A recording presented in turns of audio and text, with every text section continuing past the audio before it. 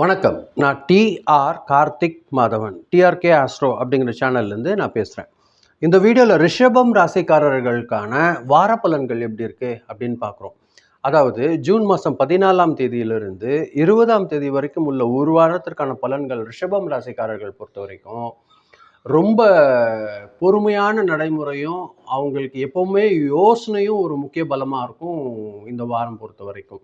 வேலை தொடர்பான புதிய புதிய பொறுப்புகள் வர்றதுக்கு வாய்ப்பு அதிகமாக இருக்குது. வேலை செய்கிற இடத்துல பார்த்தீங்கன்னா, உங்கள் உழைப்புக்கு நல்ல ஒரு ரெஸ்பெக்ட் கிடைக்கிறதுக்கு வாய்ப்பு இருக்குது. நம்பிக்கையான வாடிக்கையாளர்கள் எல்லாம் உங்களுக்கு அதிகரிக்கக்கூடிய ஒரு வாரம் இந்த வாரமாக இருக்க போது ரிஷபராசிக்காரர்களை பொறுத்த வரைக்கும். சாரி. பணவரவு பொறுத்த வரைக்கும் வருமானம் ரொம்ப சீராக இருக்கும். இருந்தாலும் வீடு, குடும்பம் அல்லது அந்த வசதி தொடர்பான செலவுகள் கொஞ்சம் கூடுறதுக்கு அதிகமான வாய்ப்புகள் இருக்குது.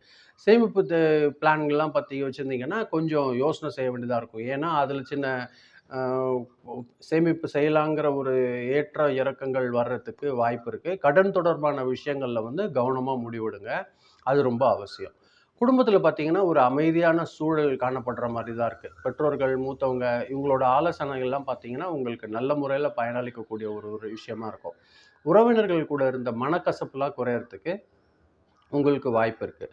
குடும்ப நலன் தொடர்பாக ஏதாவது ஒரு முக்கியமான ஒரு முடிவு எடுக்கக்கூடிய ஒரு சூழ்நிலை உங்களுக்கு ஏற்படும். அது ஒரு நல்ல ஒரு முடிவு உங்களுக்கு அமையறதுக்கு வாய்ப்புகள் இருக்குது.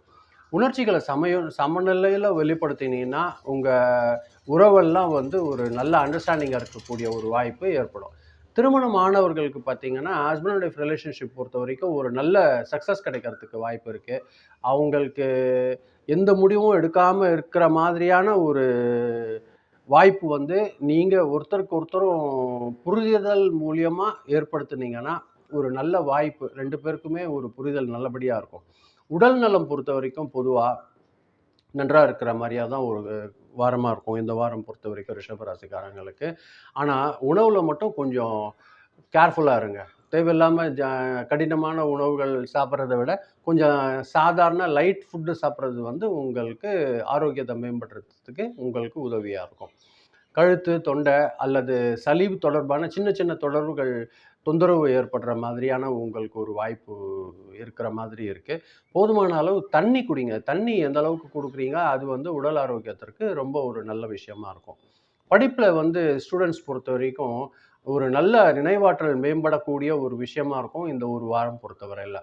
திட்டமிட்டு அவங்க பிளான் பண்ணி ஏதாவது படிக்கிறாங்க, இது படிக்கணும் இது அப்படின்னு ஒரு கால்குலேஷன் பண்ணி படிக்கக்கூடிய ஒரு காலம் இந்த காலமாக இருக்கும். அவங்களுக்கு ஒரு நல்ல ஒரு முன்னேற்றம் இருக்குது இந்த வாரம். ரிஷபராசிக்காரங்க பொறுத்த வரைக்கும் இந்த வாரம் பார்த்தீங்கன்னா புதன்கிழமையும் வெள்ளிக்கிழமையும் கொஞ்சம் நல்ல அதிர்ஷ்டகரமான நாட்களாக இருக்கிறதுக்கு அதிக வாய்ப்பு இருக்குது. அதே மாதிரி நம்பர் பொறுத்த வரைக்கும் 6, 8 இந்த 2 நம்பர் உங்களுக்கு லக்கி நம்பராக இருக்கும். கலர் பொறுத்த வரைக்கும் ஒயிட் கலரோ லைட் க்ரீன் கலரோ உங்களுக்கு லக்கி கலராக இருக்கிறதுக்கு வாய்ப்புகள் அதிகமாக இருக்குது. இதை நீங்கள் பயன்படுத்திக்கோங்க. பொதுவாக ரிஷபராசிக்காரங்கள் இந்த வாரம் பார்த்தீங்கன்னா ஒரு நிலைத்தன்மை, ஒரு குடும்ப ஒற்றுமை, நிதி அதெல்லாம் பார்த்தீங்கன்னா நீங்கள் கொஞ்சம் பிளான் பண்ணி கான்சன்ட்ரேஷன் பண்ணி ஒரு கொஞ்சம் நிதானமாக செய்யக்கூடிய ஒரு அமைப்பு ஏற்படுத்திக்கிட்டுன்னா ஒரு நல்ல ஒரு முன்னேற்றம் உங்களுக்கு காத்துட்ருக்கு. இதுதான் நான் உங்களுக்கு சொல்லணும்னு நினச்சேன். ரொம்ப நன்றி, நீங்கள் பொறுமையாக கேட்டிருக்கீங்க. இது நீங்கள் பார்க்கும்போது கொஞ்சம் சப்ஸ்கிரைப் பண்ணி பாருங்கள். ஃப்ரெண்ட்ஸ்க்கு யாருனா ஷேர் பண்ணி கொடுத்தீங்கன்னா எனக்கு கொஞ்சம் உதவியாக இருக்கும். மீண்டும் அடுத்த வாரம் வெள்ளிக்கிழமை ராசி பலன் நிகழ்ச்சியில் சந்திக்கிறேன். ரொம்ப நன்றி. வணக்கம்.